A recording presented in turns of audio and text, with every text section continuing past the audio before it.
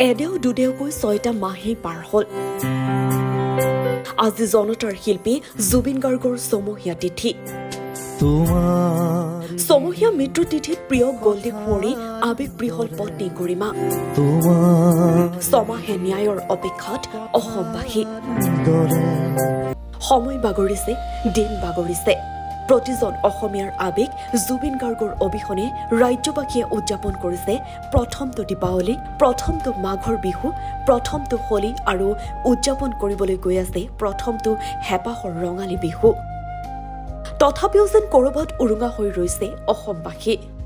আজি জুবিন গাৰ্গৰ ছমহীয়া মৃত্যু তিথি। ছমহীয়া মৃত্যু তিথিত প্ৰিয় গল্ডী কুঁৱৰী আৱেগবৃহল পত্নী গৰিমা। প্ৰিয় গল্ডীৰ বাবে পত্নী গৰিমাই ৰান্ধে ফুলকবি আৰু বিলাহীৰে আৰি মাছ।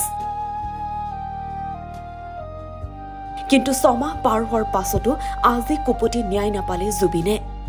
গঠন কৰা নহল ফাষ্ট ট্ৰেক আদালত।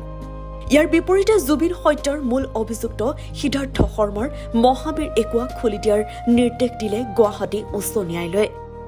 এই 6 মাহৰ ভিতৰতে শ্যামকানু মহন্তৰ ফ্ৰিজ হৈ থকা বেংক একাউণ্টটো খুলিবলৈ নিৰ্দেশ ন্যায়ালয়ৰ।